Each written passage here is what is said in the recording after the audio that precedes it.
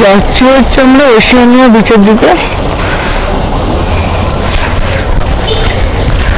মাইকটা তো কোনো কাজের নাম লিটারাল ওয়েস, তো বলে আর লাভ নেই, তো ভয়েস ওভারে দিতে হবে।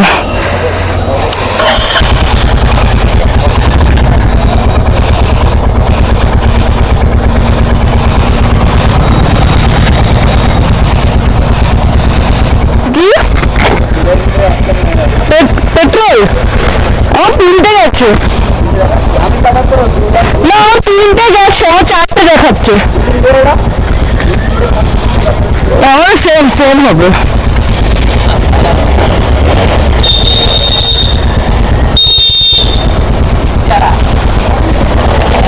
তুমি আগে যাবে। আজকে হচ্ছে আমাদের এই ট্রিপের ডে 2, আর আজকে আমাদের গেম প্ল্যান হতে চলেছে। ফার্স্টেই আমাদের আইটিনারির ফার্স্টেই যেটা রয়েছে সেটা হচ্ছে Oceania sea beach. Second destination হচ্ছে উদয়পুর বিচ।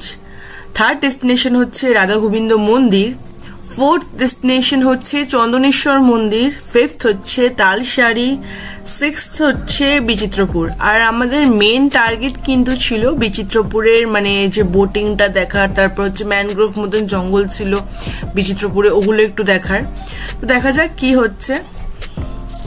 সকাল 10টার সময় আমরা বেরিয়ে গেছিলাম হচ্ছে ওশিয়ানিয়া বিচের উদ্দেশ্যে। রাস্তায় মোটামুটি লোকজনের ভিড় ছিল, কেন যখন আমরা গেছিলাম তখন একদম প্রাইম টাইম ছিল, মানে ছিল পুজো, দুর্গা পুজোর সময় আমরা গেছিলাম বলে রাস্তায় মোটামুটি একটা ভালোই ভিড় ছিল।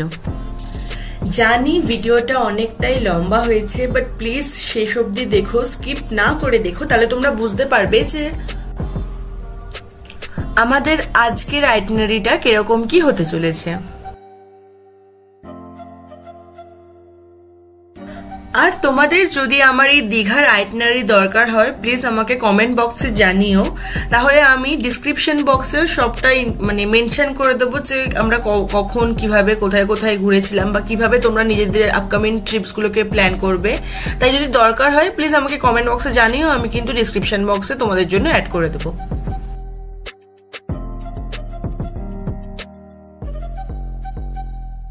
তোমাদের সাথে কথা বলতে বলতে অলমোস্ট আমরা অনেকটা রাস্তা চলেই এসেছি, এবং রাস্তাঘাটে ভালোই ভিড় দেখতে পাচ্ছ। আর অটো টোটো চলার জন্য রাস্তাটা একটু কনজেস্টেড ছিল। আর আমাদের হোটেল থেকে মানে আমাদের হোটেল আরুষ থেকে ওশিয়ানা সি বিচ মোটামুটি তোমার ওই 2.6 কিলোমিটার সার্ভে ছিল, যেটা আমাদের যেতে লেগেছিল 6 থেকে 7 মিনিট পৌঁছাতে লেগেছিল। তোমরা ভিডিওটা দেখে কতটা কি বুঝতে পারছো জানি না, বাট যেদিন আমাদের সাইট সিনারি প্ল্যানটা ছিল সেদিনকে বিশাল গরম ছিল। আর আমাদের প্ল্যান ছিল আমরা ভোর ভোর বেরিয়ে যাব, বাট আলটিমেটলি আমরাই তাই জন্য আমাদের বেরোতে বেরোতে হয়ে গেছিল 10টা সাড়ে 10টা নাগাদ। তাই আমাদের একদম মাথার উপর রোদ নিয়ে আমরা সাইট সিন করতে যাচ্ছি। আর একটা ইনফরমেশন তোমাদেরকে দিয়ে রাখছি, যদি তোমরা বাই ট্রেনে আসো আর আমাদের মতো বাইক নেই তোমাদের কাছে, তোমরা যেহেতু বাই ট্রেনে এসছো তাই জন্য তোমরা কিন্তু তোমাদের মানে তোমরা যে হোটেলে উঠেছো সেই হোটেলের লোকদের সাথে কথা বলে তোমরা কিন্তু টোটো অ্যারেঞ্জমেন্ট করে নিতে পারো। তোমাদের হোটেলের লোকজনরাই তোমাদেরকে টোটো প্রোভাইড করে দেবে। আর ওরা এরকম প্যাকেজ তৈরি করে রাখে, তোমরা প্যাকেজের মধ্যে কিছু কিছু যদি আরো কটা সাইট সিন থাকে ওটা ইনক্লুড করে নিতে পারো বা এক্সক্লুড করে নিতে পারো। তো আমি এটা জানিয়ে রাখছি, তোমাদের কাছে যদি বাইক নাও থেকে থাকে তোমরা কিন্তু টোটো ভাড়া নিয়ে এইসব জায়গাগুলো ঘুরে দেখতে পারো।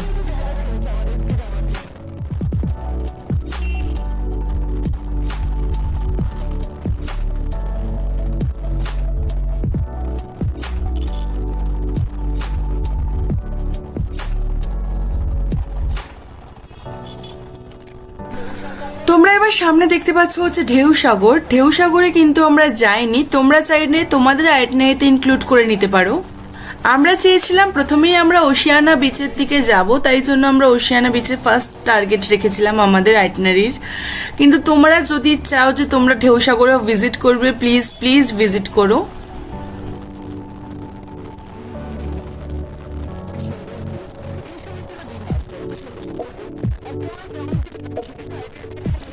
আর তোমরা জাস্ট একবার ভিউটা দেখো যে কি সুন্দর লাগছে, মানে দীঘার রাস্তাঘাট যে এতটা সুন্দর আর এতটা ডেভেলপ না দেখলে কেউ বলবেই না।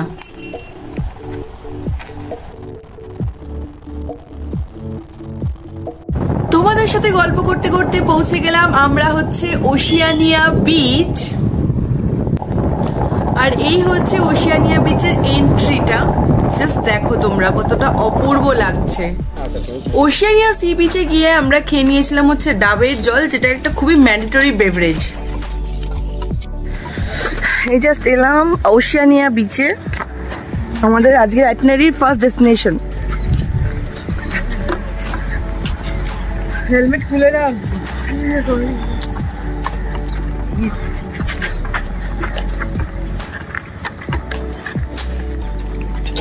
এখন আমাদের দেখতে পাচ্ছ কিনা জানি না, বাট ওই সিঁড়িটা ধরে উপরে যেতে হবে। সিটিং এরিয়া রয়েছে সুন্দর, ওখানে স্লিপিং এরিয়াও রয়েছে। ওশিয়ানিয়া সি বিচের এন্ট্রিটা কিছুটা এরকম দেখতে, আর অজস্র সিঁড়ি ভেঙে এবার উপরে যেতে হবে। উপর থেকে গিয়ে আবার নিচের দিকে নামতে হবে। এই যে সিঁড়ি এখানে স্টার্টিং হচ্ছে, যেমনটা তোমরা দেখতেই পাচ্ছ।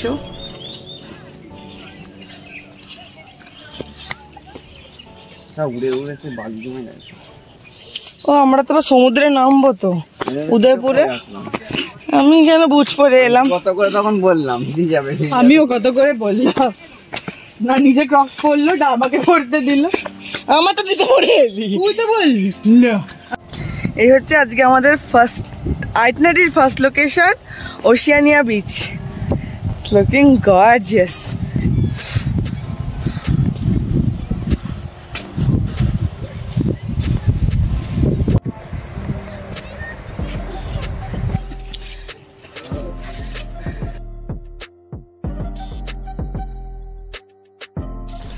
তোমরা জাস্ট ভিউটা দেখো, আর তোমাদের এই ভিউগুলো কেমন লাগছে প্লিজ কিন্তু কমেন্ট করে জানাতে ভুলবে না। আর তোমরা যদি দীঘা যাও প্লিজ এই ডেস্টিনেশনগুলোকে একবার হলেও ভিজিট করে এসো, খুব ভালো লাগবে। আর ওই দিকে দেখতে পাচ্ছ বিশাল বঙ্গোপসাগর, আমাদের সমুদ্র। মানে এইটা দেখার জন্যই কলকাতা থেকে এত দূর থেকে যাওয়া।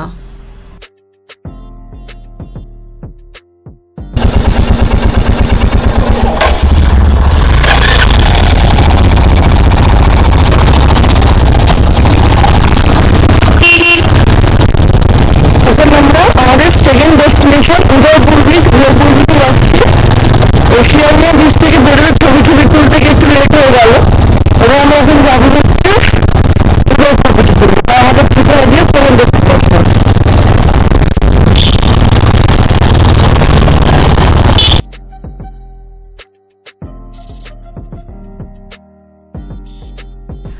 দেখো মাইকের নয়েজ প্রবলেমের জন্য আমি পার্সোনালি সবার থেকে ক্ষমা চেয়ে নিচ্ছি, কিছু মাইন্ড করো না। আর প্লিজ তোমরা আমায় কমেন্ট বক্সে একটা সস্তা সুন্দর আর টিকাও মাইক সাজেস্ট করে দিও।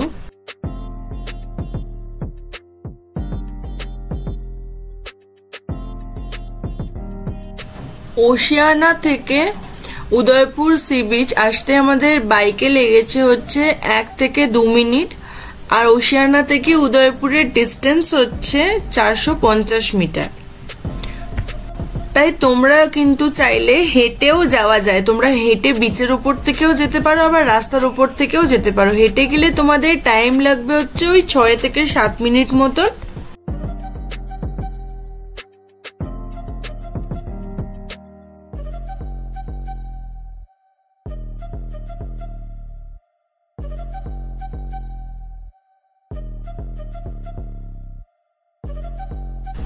এখন অবধি তোমাদের আমার ভিডিওটা কেমন লাগছে প্লিজ কমেন্ট করে জানিও।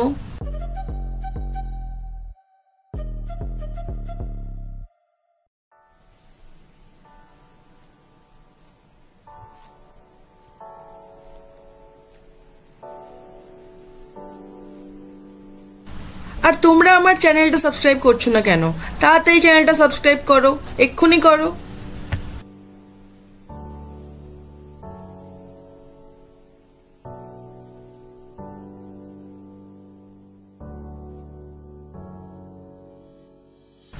তোমাদের সাথে কথা বলতে বলতে চলে এলাম আমরা Udaipur sea beach. Udaipur sea বিচে একটা প্রবলেম হচ্ছে, যদি তোমরা প্রাইভেট কার বা বাইক নিয়ে যাও, ওখানে কিন্তু পার্কিং মাফিয়া টাইপের কাজ করে। মানে তুমি যদি 5 মিনিটও দাঁড়াও তাহলে তোমার থেকে অলমোস্ট 50 টাকা নিয়ে নেবে। এইরকম একটা ওখানে মাফিয়াগিরি চলে, যেটা আমার একদমই ভালো লাগেনি। ওখানে আমরা হার্ডলি 5 থেকে 6 মিনিট ছিলাম, তার জন্য আমাদের ইচ বাইক 20 রুপিস করে নেওয়া হয়েছে।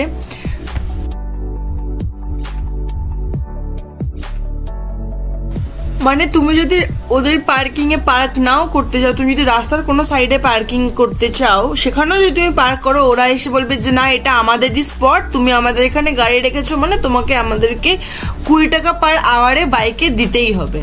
তো এরকম ওখানে একটা দাদাগিরি চলে পার্কিং মাফিয়াদের। তাই আমরা নতুন জায়গায় ঘুরতে গেছি, ওখানে লোকালসদের সাথে কোনো রকম কোনো ঝামেলা চাই না, তাই আমরা ওদের বলা মতো পার্কিং জায়গাতেই আমরা গাড়িটাকে পার্ক করলাম, করে আমরা উদয়পুর বিচে গেলাম। এখানে দাদা আমাকে একটু হেল্প করে দিচ্ছিল গাড়িটা একটু অ্যাডজাস্ট করে রাখতে।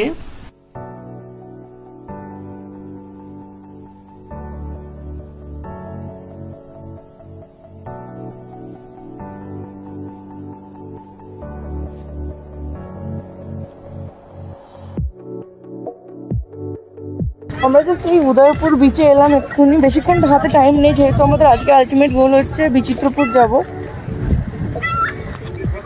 এই জন্য। উদয়পুরের সি বিচের মার্কেটটা কিছুটা এইরকম দেখতে, দেখতেই পাচ্ছ কতটা সুন্দর লাগছে। আকাশের মেঘগুলো দেখো পুরো তুলোর মতো লাগছে, তাই না? খুবই সুন্দর লাগছিল। Drum roll please. এসে গেছি আমরা উদয়পুর বিচে। বিচটা দেখো কি সুন্দর লাগছে, তাই না? পুরো ছাউনি দিয়ে ঘেরা, সবাই এনজয় করছে, রিল্যাক্স করছে, কিন্তু আমাদের হাতে বেশি টাইম ছিল না, তাই আমরা আর বিচে নেমে দেখিনি যে কোথায় কি পাওয়া যাচ্ছে, খাওয়ার কিছু পাওয়া যাচ্ছে। আজকে আমাদের থার্ড ডেস্টিনেশন হচ্ছে রাধা গোবিন্দ মন্দির, যেটা এখান থেকে উদয়পুর বিচ থেকে 1.4 কিলোমিটার আগে। তো আমরা ওখানেই যাচ্ছি। উদয়পুর বিচে আমরা বেশিক্ষণ ছিলাম না।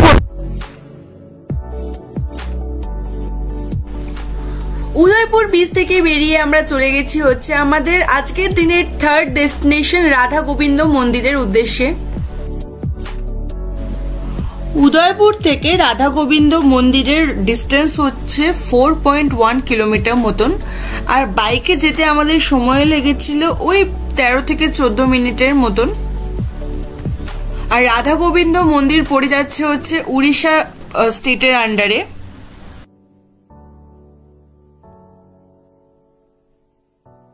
তো তোমরা বলতে পারো আমরা একটা ইন্টারস্টেট রাইডও করে নিয়েছি।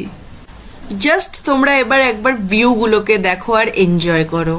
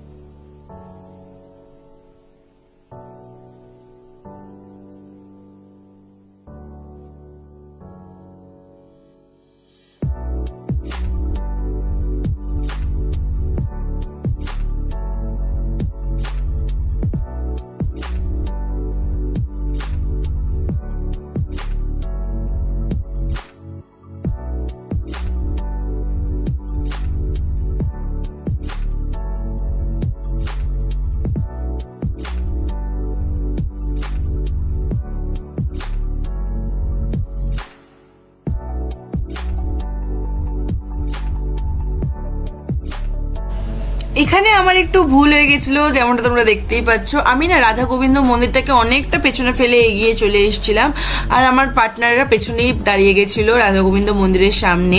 তাই জন্য আমি আবার বাইকটা ঘোরালাম, ওইদিকে মোড়লাম, মন্দিরের দিকে গাড়িটা ঘোরালাম, ঘুরিয়ে আবার রাধা গোবিন্দ মন্দিরের দিকে গেলাম।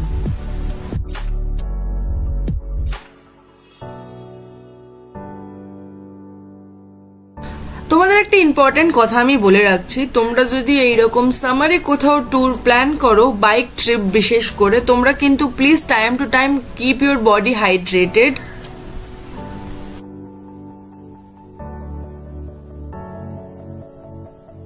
তাই তুমি যদি বাইকে করে রাইড করা পছন্দ করো তার জন্য কিন্তু তোমাকে নিজের বডিটা অলওয়েজ হাইড্রেট রাখতে হবে। আমরা কিন্তু এখান থেকে লাস্সি, তারপরে আমুল কুল, তারপরে ওয়াটার খেয়ে নিয়ে তারপরে আমরা এখানে গাড়ি পার্ক করে সোজা চলে গেছিলাম রাধা গোবিন্দ মন্দিরের উদ্দেশ্যে।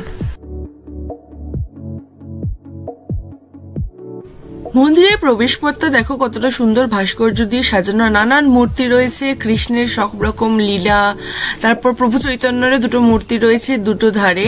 আর এখানে ভিডিওগ্রাফি প্রহিবিটেড ছিল, তো আমরা এখানে কোনো ভিডিওস নিইনি, 2-3টে ফটো স্নিক করে নিয়েছিলাম।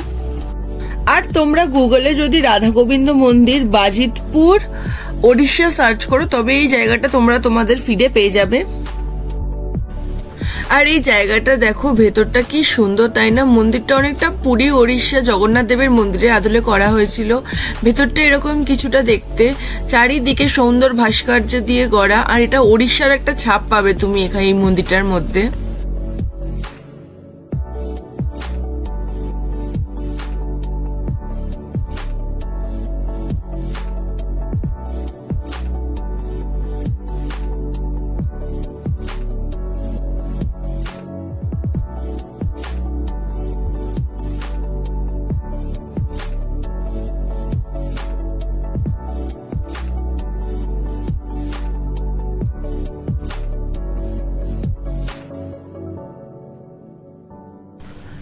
রাধা গোবিন্দ মন্দির থেকে বেরিয়ে আমরা সোজা চলে গেছিলাম হচ্ছে আমাদের আজকের দিনের ফোর্থ আইটিনারির ফোর্থ ডেস্টিনেশনের উদ্দেশ্যে, যেটা হলো কি চন্দনেশ্বর মন্দির, যেটা আবারও উড়িষ্যা গভর্নমেন্টের আন্ডারেই পড়ছে। তোমরা যদি ভিডিওটা এত দূর দেখেই নাও তাহলে প্লিজ একটু লাইক করে দিও আমার চ্যানেলটা, আর একটু সাবস্ক্রাইব করে দিও। আর ভিডিওটা কেমন লাগলো প্লিজ আমাকে একটু কমেন্ট বক্সে জানিও, আর কিন্তু স্কিপ না করে ভিডিওটা দেখতে থাকো। আর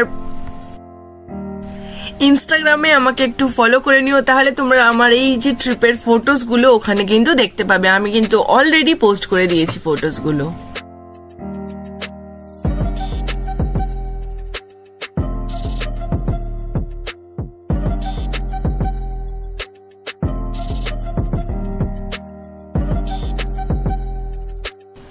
এবার তোমরা একটু ভিউটা এনজয় করো।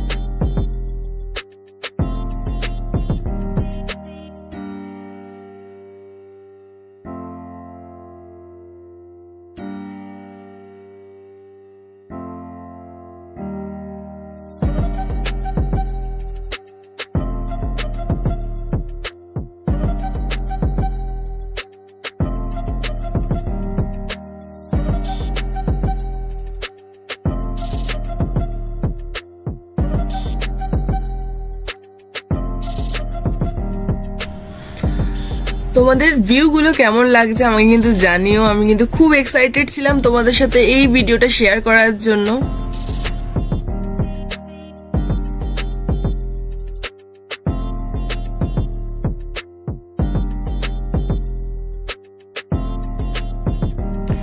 আমি কিন্তু খুব এক্সাইটেড। এখনো ডে 3 ভিডিও ছাড়া বাকি আছে। ডে 3 ভিডিওটা খুব শীঘ্রই আসতে চলেছে। তোমরা কিন্তু আমার চ্যানেলটা প্লিজ সাবস্ক্রাইব করে নিও। ডে 3-তে আমরা কোথায় কোথায় ঘুরলাম, কি কি করলাম দেখার জন্য অবশ্যই আমার চ্যানেলটা সাবস্ক্রাইব করে নাও।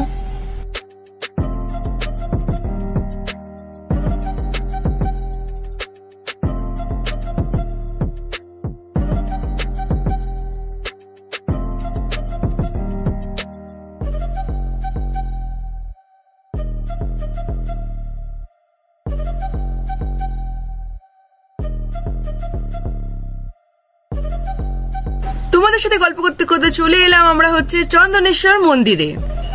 এখানে কোনো পার্কিং এর ঝামেলা ছিল না, তোমরা যেখানে চাও পার্ক করে দাও। আর পার্কিং পুরোপুরি ভাবে ফ্রি ছিল, তোমার মানে পার্কিং নিয়ে কোনো ঝামেলা বা চিন্তা করতে হবে না।